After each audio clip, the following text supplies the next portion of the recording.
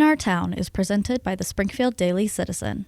We believe good journalism brings the issues to light, but great journalism brings communities together.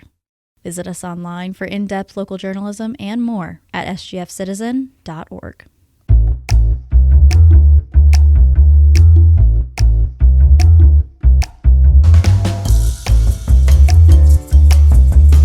This is In Our Town, and I'm your host, Tom Carlson.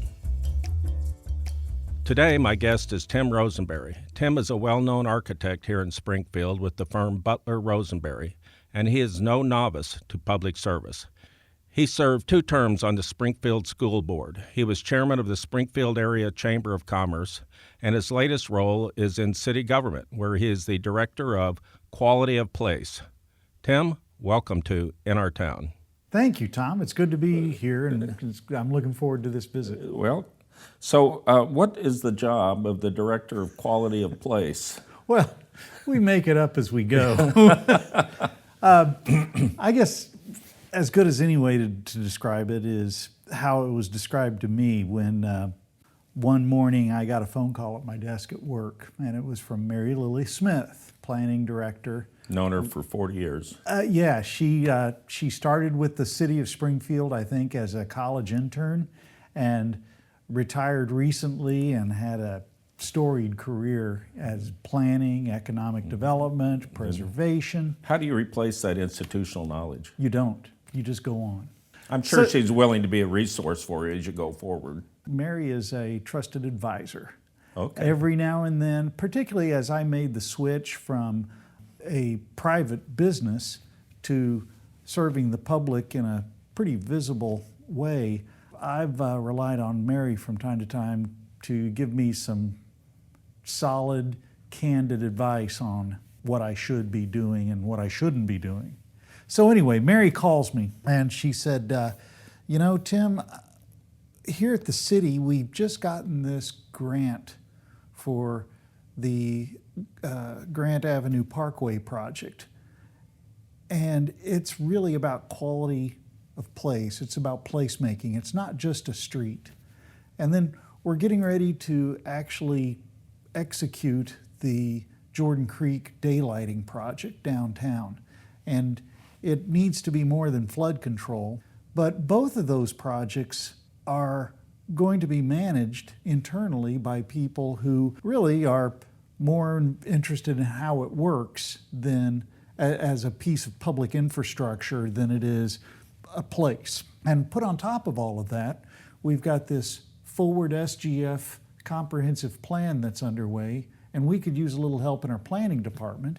And we have a new priority come down from council that of the 5, we've got this new one called Quality of Place, that the city leaders are interested in developing our community in a higher quality way because we are competing with other communities, not just on low cost of living or great workforce or any of those kind of things, but just what kind of place is it?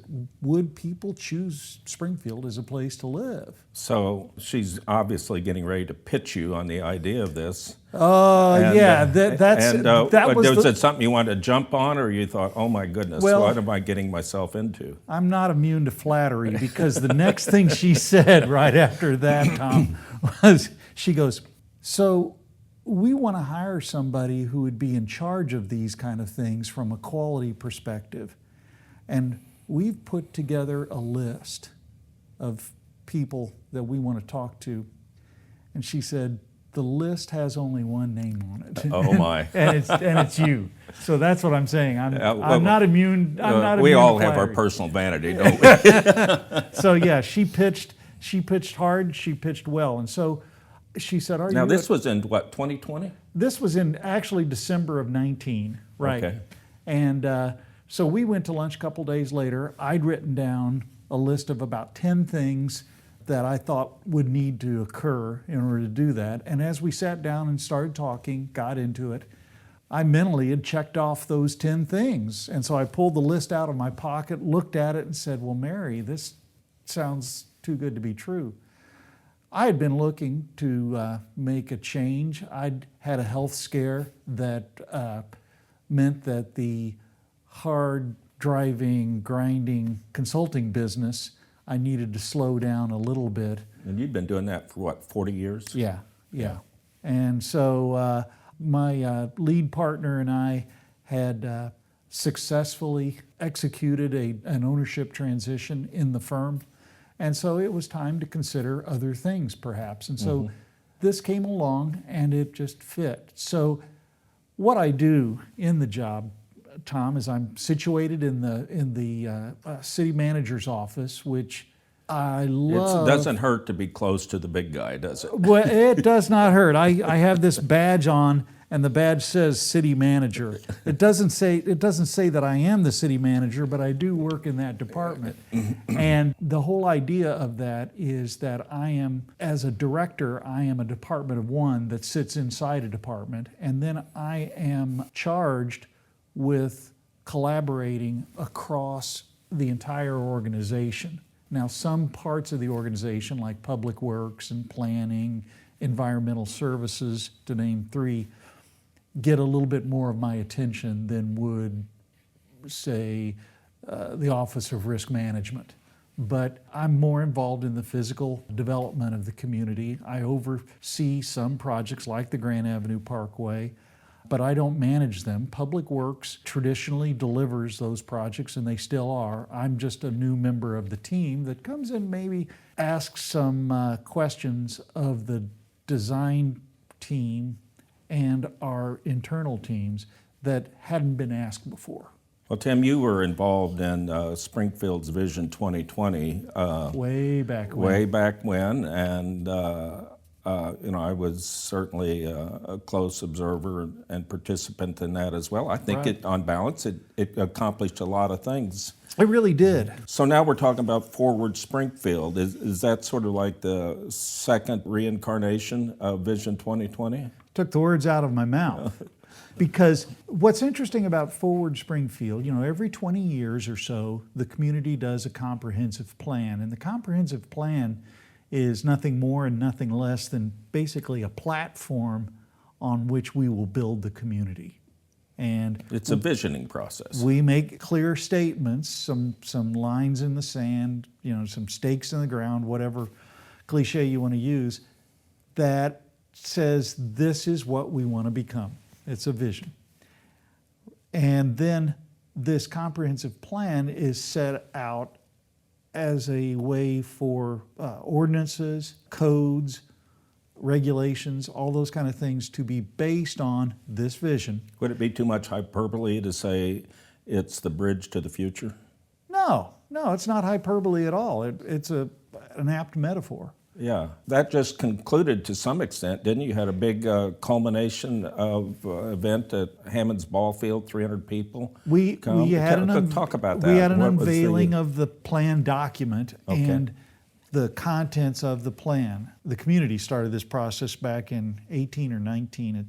It was a while ago, and COVID slowed the process by probably 12 to 18 months. I see. In part because locally we couldn't meet together, and so we had to adjust and recalibrate and reorganize how we would develop community input. Our consultants, a number of them were from out of town and couldn't get here. So we had to do a lot of work virtually. It slowed down the process, but what happened recently is we unveiled the draft of the plan. It's also online at forwardsgf.com to review, but it's a 250-page document that really talks about neighborhoods, it talks about infrastructure, it talks about regulatory environment, it talks about community quality. It sounds like something could put me to sleep at night. Well, it could, and actually, previous plans have been spiral-bound, thick, 8.5 by 11 documents that are just pages and pages of stuff burped out of a word processor.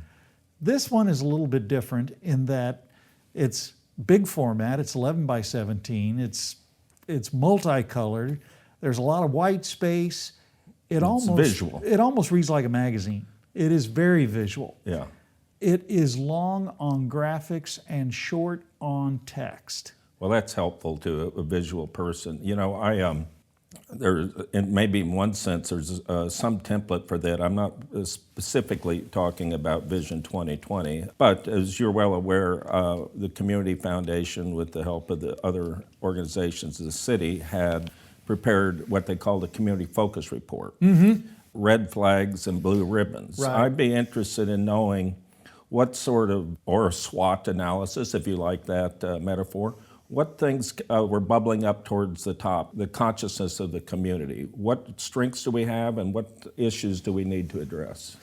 Well, there was, and again, this comes from my perspective and in my role, there was a good deal of comment on design quality and quality of infrastructure, quality of our parks, just livability of our community came up as a concern. And authenticity was a word to describe livability. What does it mean to authentically live in a city in the Ozarks? And how do we embrace what it means to be in a city in the Ozarks? And then there are a number of other problems or challenges with city life that were identified. Economic prosperity. How do we ensure that opportunities exist for all, economic opportunities exist for all? What do we do with those who have somehow life has been hard on them? And what do we do with education and health and just general well-being? Do you feel like there's some sort of consensus forming in the community on those kinds of issues? Well, the plan would seem to indicate there is, or at least there's a direction. And I guess I want to caution, though, that the plan itself, the comprehensive plan, does not outline all the solutions to all the problems that we have, even though it's called comprehensive. In many ways, planning is kind of like an onion, is that when you do your first plan, the big, broad plan, in many cases it suggests that more planning is needed that is focused on a particular thing. And so Forward SGF does identify a number of initiatives that need to go further and deeper in the planning. And so that is part of the implementation phase, is to plan more. Another part of the implementation phase is to adjust the plan. When NASA did moonshots, they would work for months or years on the mathematics of how to set the trajectory to the moon. Even after all that work, there is still tweaking and setting and reestablishing trajectory even as the spaceship is out there. So we do the same thing, planning and checking the plan, recalibrating from time to time. Okay. It seems to me that a good plan at its foundation is going to have certain values. And then the question is, it may be you modify the plan to achieve the goal. You're a long-term resident here. You've been on the school board. Your kids grew up here. Right. What's the elevator speech for what we're about here in Springfield? Well, It's different, if anything, between us and other communities, and how do we build on that? The three things that we've identified as kind of guiding lights, if you will, in the plan. First, quality of place gets front seat billing. We should be asking ourselves, how does this initiative, whatever that initiative is, contribute to quality of place, the way Springfield is perceived? How does it make Springfield more livable? You could ask that about just about any initiative. And livability is what people are looking for. People want a good life, and they choose Springfield because the outdoors is everywhere, including here in our community. We just haven't embraced that maybe as much as we could or should. And so the second thing is complete neighborhoods, is making our neighborhoods even more livable. And I would tell you, Tom, that Springfield as a core community with satellite communities around it that are thriving, which is a good thing, I would say, but we have to preserve the core. we have to energize the core, Springfield as the core. We don't want to hollow out the core, and a big part of that is our older neighborhoods. We have some terrific older neighborhoods, but we also have some older neighborhoods that need help. But they could become extremely livable. They're walkable, they have decent housing stock, they're unique, they're distinctive, and they put Springfield as a desirable place to live that is distinctive and different from the satellite communities around us. So I believe our historic neighborhoods, our older neighborhoods, are key to our success as a community. We'll be right back after this short break. Hi, this is Ransberger from the Springfield Daily Citizen. I'm here with my friend and colleague Corey Madison. Corey, you and I made history here at the Daily Citizen. That's right, Rance. The first duo to have a double byline on a story. For journalism people, or at least for this journalism person, that is the dorkiest, coolest thing. We each put in some work onto a story and get it in the best shape to put it out there into the world. Teamwork makes good journalism, and our team certainly can't do our jobs without the help of subscribers like you, subscribers to the Springfield Daily Citizen. In Our Town listeners can get 15% off an annual subscription by going to sgfcitizen.org/town. That is 15% off an annual subscription at sgfcitizen.org/town. And I'd like to point out that I think I was the first name on that double byline, the first one in history. You might have gotten the first billing on one that's followed. It's all right. Second billing is still pretty good.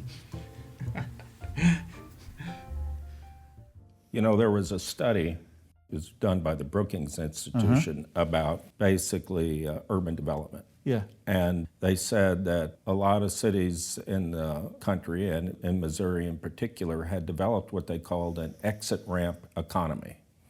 So back in the Ozzie and Harriet days, people were moving out into the suburbs. They wanted to live in bigger homes. And as just this issue developed that you're talking about is creating sort of a donut. And folks would move out there. Of course, they have a longer time commuting. And sometimes the housing stock is cheaper on the periphery, but any money they saved there, they lost in travel expenses. So essentially, for a lot of folks, their quality of life at the end of the day was worse because nobody likes to spend a half hour each way traveling in the car. And I think we've come to value our time more. You think, I am living my life away on the road. That is just no way to live. And so I think what's happened is that places like Roundtree neighborhood in Springfield have really been looked at again with saying this might be a model of living that... Well, I can speak to Roundtree. I live over in that general area. Uh-huh. And as you know, a lot of people wouldn't, but I was a housing developer for many years. Used to be, you would see that the big investments were done in what you might call the exurbs. Yes. And now we see people coming in paying up to find a lot. That's right. And to build expensive homes just because, well, we don't live like we did in the 1960s. The ideas about zoning were much different. There was a step down in zoning from industrial to commercial to multifamily to residential. So if you lived here, you needed to go to the store. Well, you had to get in the car and go a long way to get what you wanted and that sort of thing. And there was a loss of neighborliness. And I think one of the attractions to Roundtree, for example, is we like to sit on our front porch and wave at our neighbors as they walk down the sidewalk. Just a good friend of mine moved just recently from Highland Springs into this area because of the different feel you get. Interesting. To move from a gated community to a denser neighborhood that has its challenges, as most neighborhoods in a city do, with property crime and things like that. But the quality of life is evidently so much better because there's community. And I think that's another piece of it. And for me, Tom, that's a design issue also. And that is, how do we design our streets and our yards and then the front parts of houses or even buildings or anything that contribute to a healthy and active street life. You think about the exurbs, it's really about what happens in the backyard, and that That's the right. front of the house is a garage, and you better keep those garage doors closed. And so you end up basically living on an alley, a very nicely, lushly landscaped alley, and that the living is in back, but it's private, and there is very little social interaction. Yeah, very little community that's developed. Well, Tim, I want to switch gears real quick with Yeah. the few minutes we have left, and tell us about the Grant Avenue project. Grant Avenue Parkway is being funded by a $21.6 million federal grant. And the idea behind the Grant Avenue Parkway is that it connects wonders of wildlife with downtown on a park-like access. This connector is not seen as a major vehicular route, although cars can move up and down Grant Avenue in an orderly and comfortable way. But what we're doing is putting Grant Avenue on a road diet, taking it from 4 lanes to 2 fairly narrow lanes designed to encourage people to drive slowly but steadily.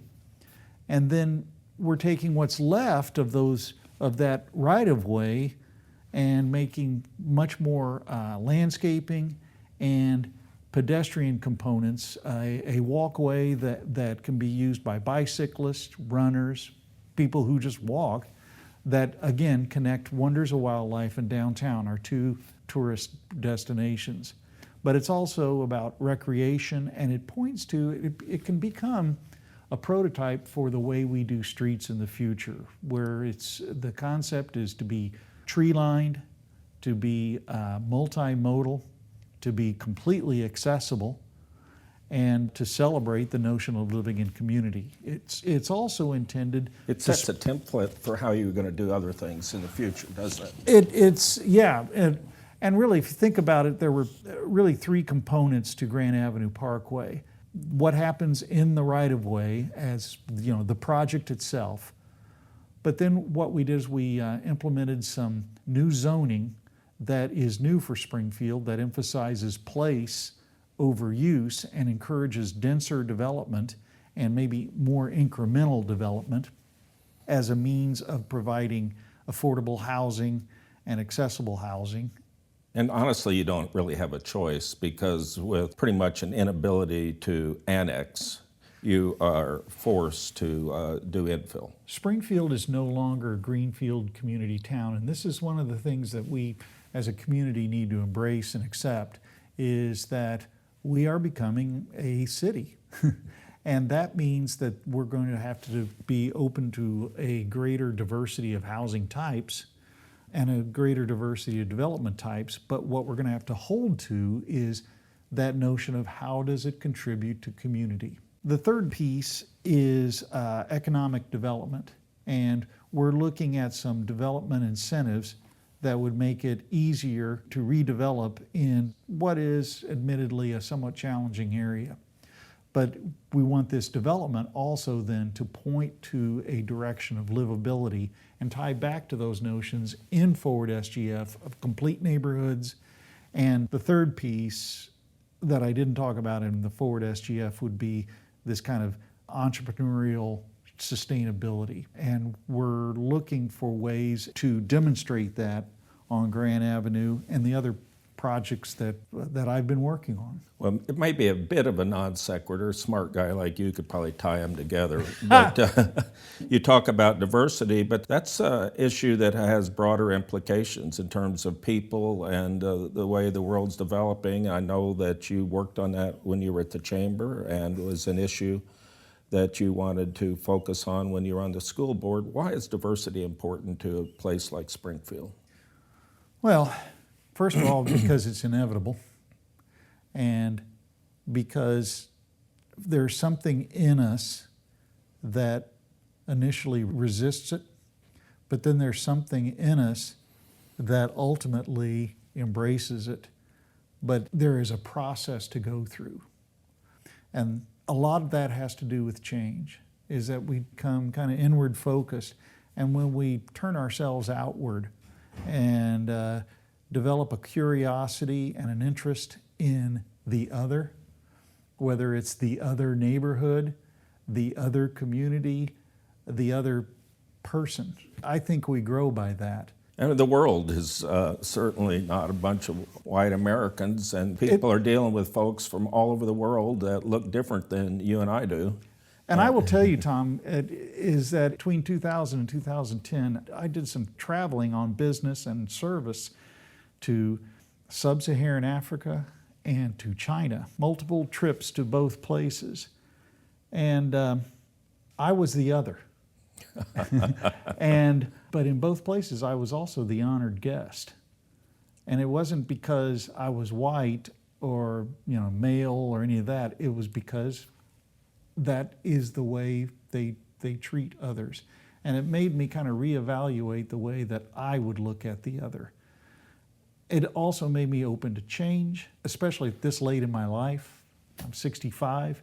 It made me more open to the possibilities of the future. It made me less nostalgic, which I'm totally cool with, but it did make me respect the past, but look forward to what can I do for the future. As a grandparent with grandchildren here in town, that's really important to me, is I'm not working to make a community that's better for me necessarily, but I am looking very much at what those two little girls, what kind of community they're going to live in and what their children are going to live in. Well, Tim, on that note, time's up. I want to thank you today for coming here and It's been my speaking pleasure. I bet we'll do it again. Just call me, Tom. Okay. That's it for this week, folks. Many thanks for listening. If you'd like to listen to other episodes, you can visit the Springfield Daily Citizen website at sgfcitizen.org/NRTown or subscribe wherever you get your podcasts.